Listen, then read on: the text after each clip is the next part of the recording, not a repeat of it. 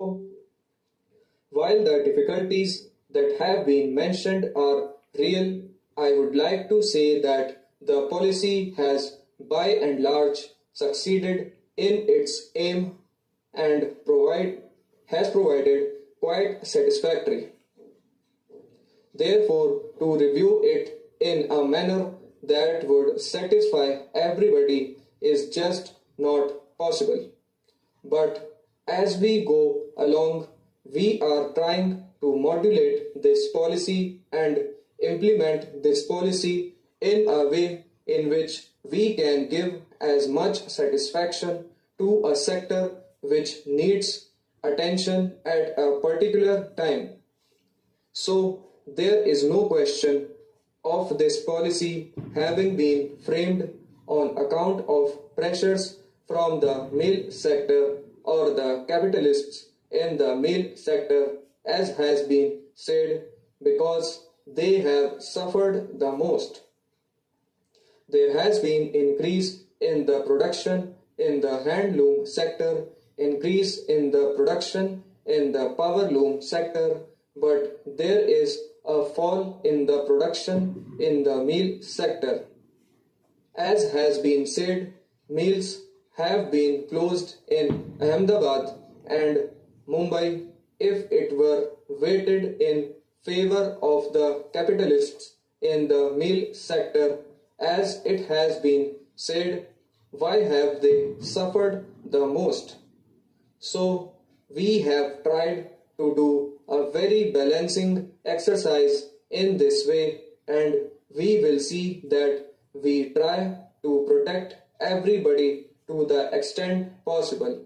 But why is it that all the sectors are suffering? Madam, there is some basic difficulty in the whole situation which we have tried to go into. There has been excess capacity to the weaving side, and there has been fall in purchasing power because of the successive droughts and floods.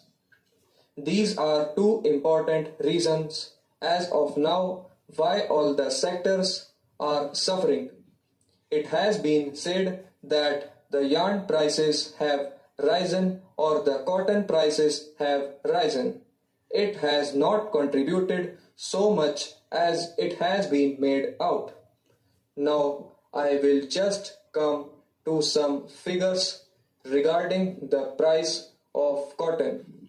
Cotton prices have risen pretty high, but if you take the price rise so far as yarn is concerned, it has not been as bad.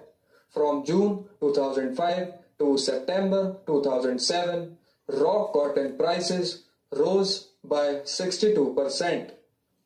Cotton yarn prices during the same period increased by only 33%. We have been varying our policies as we went along. First, we decided to export cotton because last year there was a glut in cotton and we had to procure a larger amount of cotton from the producer at the minimum support price. So we thought that a little export would help the producer and we allowed the export.